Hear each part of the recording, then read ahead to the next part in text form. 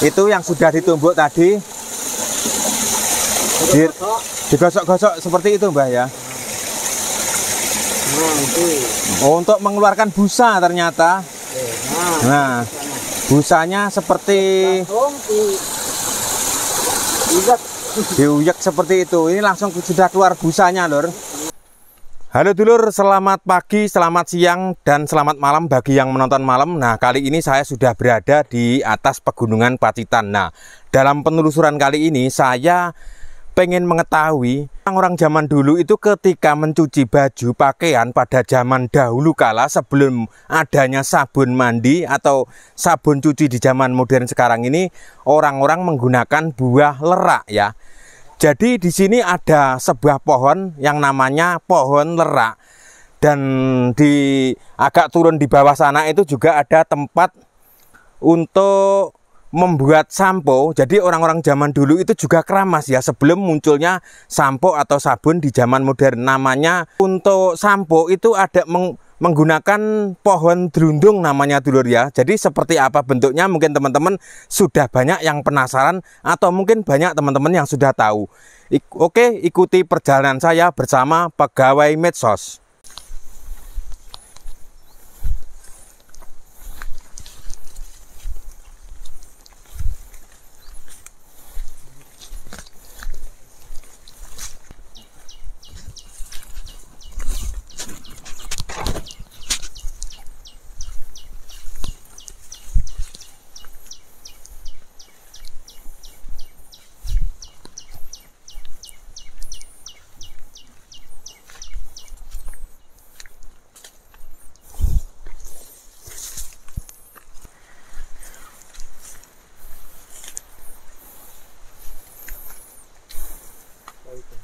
Ini saya sudah sampai di bawah pohon lerak ya. Jadi seperti ini pohon leraknya.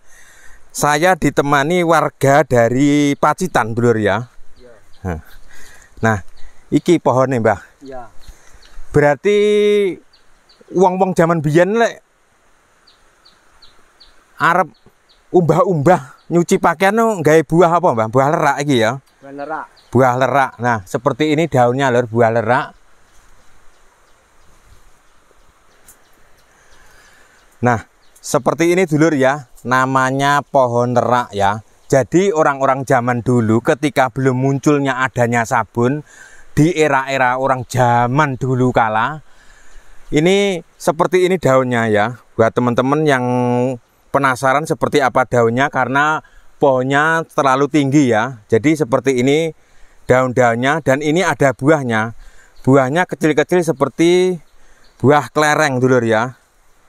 Nah, seperti ini yang dipakai untuk mencuci baju itu bukan daunnya, mungkin daunnya juga bisa. Lek daunnya iso ora, Mbah? Enggak kena ya. Enggak bisa. Kalau yang bisa buahnya. Jadi sampean terakhir gawe buah lerak iki kira-kira tahun piro sampean eling, Mbah? Saya enggak tahu. Enggak tahu ya. Kalau sampean tahun kelahiran tahun piro, Mbah? 71. Jadi orang-orang di tahun 65 sampai 70-an, orang-orang zaman dulu yang ada di Jawa itu menggunakan buah lerak untuk mencuci baju bagi orang-orang yang ada di daerah pegunungan. Karena ini memang seperti ini ya, hutan lebat. Ini mungkin zaman dulu kala sebelum sampai lahir mungkin juga perkampungan penduduk, Mbah, mungkin, Mbah. Nah, kita Mbah, karena buahnya tinggi kita cari, Mbah, luru. Kita luru, Mbah. Kita luru, siapa tahu dapat. Nah, inilah. Nah, dapat satu. Ada satu, itu satu lagi, Mbah, itu. Nah, seperti ini kita ambil contoh. Jadi buahnya itu kalau sudah masak juga jatuh. Buahnya seperti ini yang dipakai untuk mencuci baju yuk. Mencuci baju. Ini kalau untuk aromanya pripun, Mbah? Aromanya ya tidak enak ya, tapi bersih untuk mencuci pakaian. Ya, bersih. Nanti bisa, Mbah, dicoba untuk mencuci baju. Oke. Mencuci baju ya. Bisa, Mas. Oke, nanti kita coba. Nah, seperti ini lur ya. Jadi orang-orang zaman dulu itu ketika mau mencuci itu enak. Orang-orang zaman sekarang ya tinggal beli sampo, beli sabun, beli deterjen. Kalau orang-orang zaman dulu menggunakan buah lerak, mungkin ini dipakai oleh orang di era zaman kerajaan Wengker, karena di daerah sini masih ikut wilayah Wengker yang sekarang disebut Kabupaten Ponorogo. Nah, kalau orang zaman dulu itu kalau sikat gigi pripun, Mbah? Untuk itu sepet niku. Pakai sepet kelapa. Iya, oke. Terus sama apa, Mbah? Sepet kelapa untuk menggosok giginya. Tapi untuk odole apa, Mbah? Arang. Arang. Arang kayu apa, Mbah? Arang kayu ini barang-barang. Jati boleh. Terus caranya gimana, Mbah? Digosokkan ke batu. Ada di batu. Terus digosok. Dilotek nih. Terus kemudian dicolekkan seperti itu. Kemudian digosokkan ke gigi. Tapi bagus juga ya orang-orang zaman dulu menggunakan itu. Kalau untuk ini ke apik saja. Lanjutnya dulu dicoba lagi itu ininya. Gimana caranya, Mbah? Monggo, amit, Mbah. Gimana caranya mempraktekkan buah lerak? Karena saya kan benar-benar tidak tahu, lho. Untung di sini ada saluran air warga ya. Jadi ini jauh dari perkampungan warga, tapi pipa-pipa ini menuju ke perkampungan. Saya pegangi, Mbah. Ya, oke, gimana ini kita praktekkan? Inilah. Nah, gimana? Seperti ini caranya. Dicuci dulu bajunya, dibasahi seperti ini. Ini yang dilakukan seperti orang-orang zaman dulu. Kalau orang zaman dulu melakukannya di kali, Mbah ya. Ya. Terus kalau sudah dicuci dipecah enggak nih, Bang? Oh, dipecah. Pecah enggak ini. Oh, digitukan ya. Di obat oles nih. Dioles-oleskan gitu. Dioleskan. Nah. Oh, seperti itu caranya, Mbah ya. Oh, langsung keluar busa, Mbah. Ya, Ki. Coba saya dekatkan, Mbah, biar kelihatan. Iki anune. Bijinya, tapi tidak dipakai bijinya, Mbah. Enggak, ini.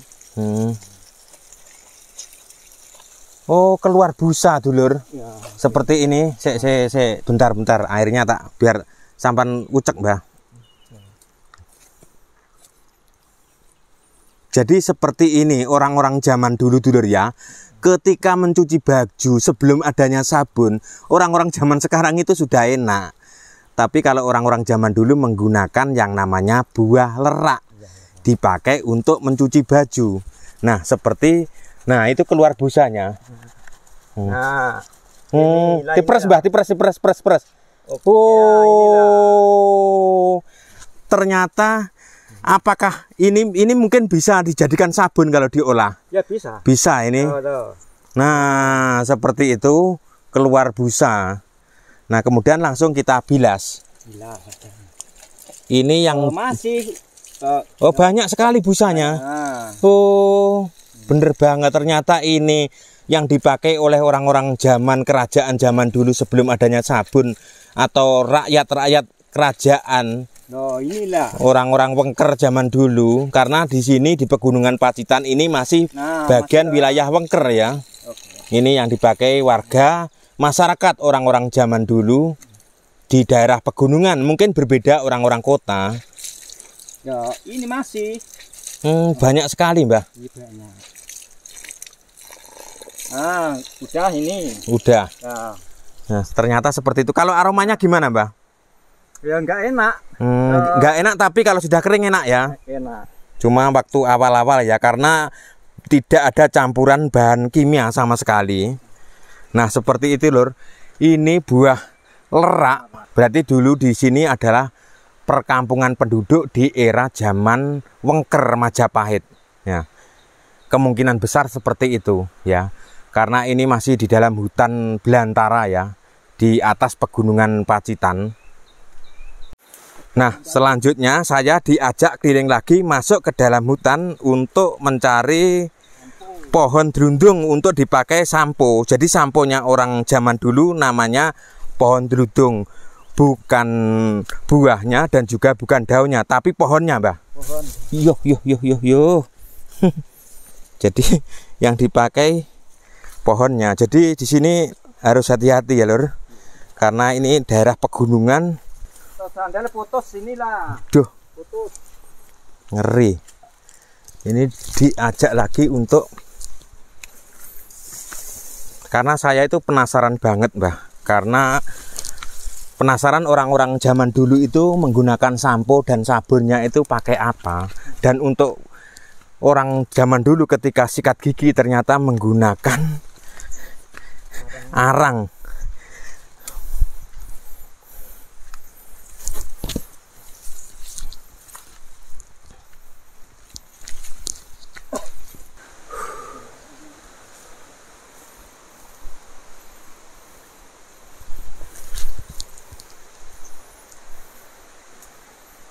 Kamu bisa enggak naik tebing? Metu ning endi, Mbah? Bahaya.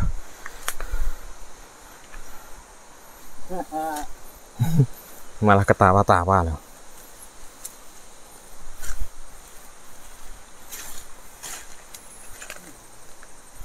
Lali. Nah ini. Ini loh. Ah, sudah ketemu. Endi, Mbah? Endi. Nah, seperti ini ternyata merambat seperti ini lur ya. Ini yang dipakai untuk Sampo. Untuk sampo. Langsung bawa kita eksekusi ke kali, Mbah. Cari kali yang enak. Seperti ini.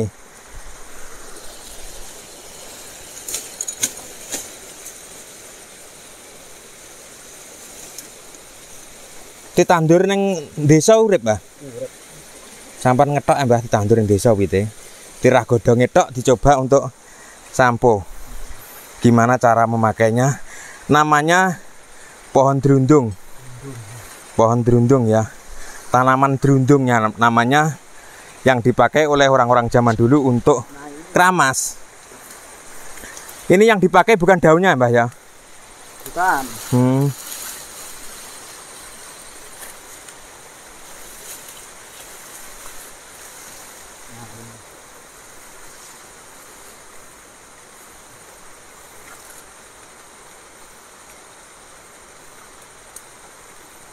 Yang dipakai apa, Mak? Nah, ini.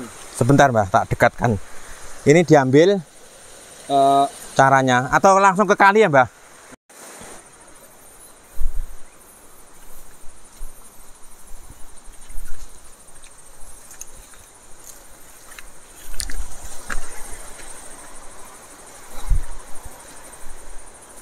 Pohon drundung. Ini mau dipraktekkan untuk dipakai untuk keramas. Manfaatnya menurut warga itu bisa rambut menjadi mengkilat dan juga lemas.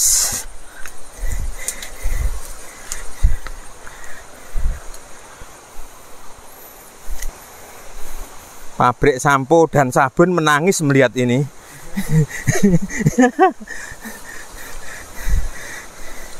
Jadi ini salah satu bentuk penelusuran sejarah ya. Sejarah di era-era kerajaan zaman dulu, apa yang dipakai oleh orang-orang zaman dulu. Nah ini kita lihat prosesnya, cara pengambilan kulit pohon drundungnya. Ini dipotong. Ya, dipotong. Diambil apanya, Mbah? Ini saya penasaran banget ini. Diambil kulitnya. Diambil kulitnya ternyata. Aku kirain diambil getahnya. Dikupas, nanti kupas.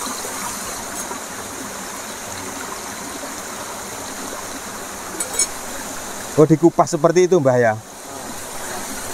Baru tahu saya, lur. Jadi pentingnya kita itu berkeliling ke pulau-pulau Jawa untuk mengetahui sesuatu yang tidak kita ketahui, dan kita manfaatnya apa, kita bisa jadi tahu. Jadi ini salah satu bentuk supaya kita itu gimana caranya bertahan hidup di alam. Oh, diambil kulitnya semua. Iya. Inilah sampo alami orang-orang zaman dulu. Pabrik sampo menangis melihat ini. Bukan pemiliknya, saya ngomongin pabriknya. Pabrik sampo menangis melihat ini. Nah, kalau sudah gimana terus selanjutnya, Mbah? diucek. Diucek. Enggak dikasih air, enggak? Iya nanti. Oh, diucek dulu seperti itu, diremas-remas atau enggak ditumbuk, Mbah? Ditumbuk Bapak. Oh, ditumbuk tapi dicuci dulu, Mbah. Cari tempat yang enak gitu loh, Mbah. Kok gone miring-miring loh, Mbah? Iya. Ini ya. Iya. Nah, ditumbuk seperti itu kan supaya cepat hancur ya. Jadi kalau orang-orang zaman sekarang itu namanya di blender menggunakan listrik. Kalau zaman dulu ditumbuk seperti itu. Untuk bertahan hidup di alam.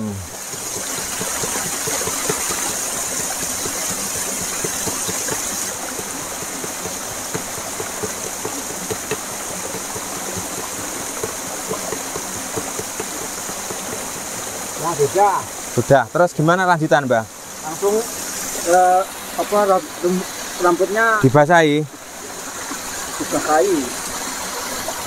Nah, seperti ini selanjutnya akan dipraktekkan cara untuk mencuci rambut atau keramas. Pertama dibasahi dulu, dulur ya.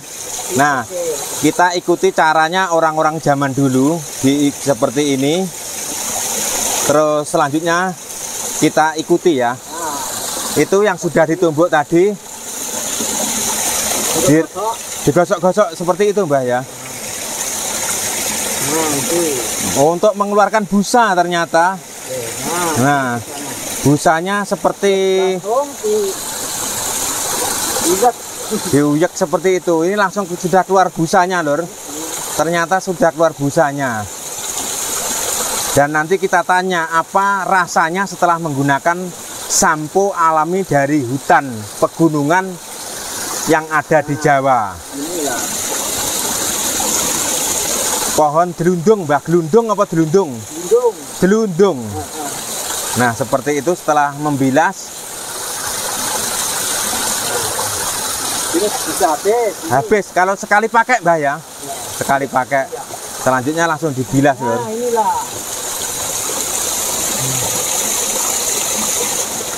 Terus dibilas, Mbah, itu langsung grojokan ya, Mbah. Banyak.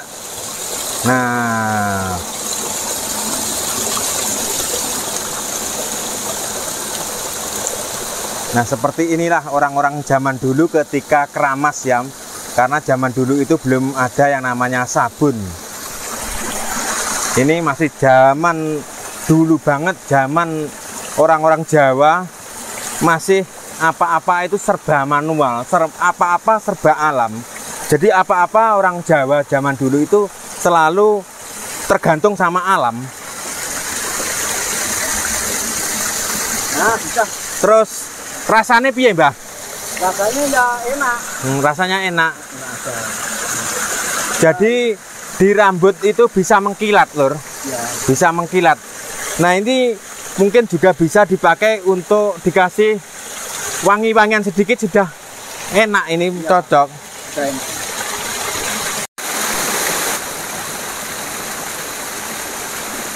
Nah, kebetulan di sini saya menemukan namanya ada daun-daunan yang ada di hutan.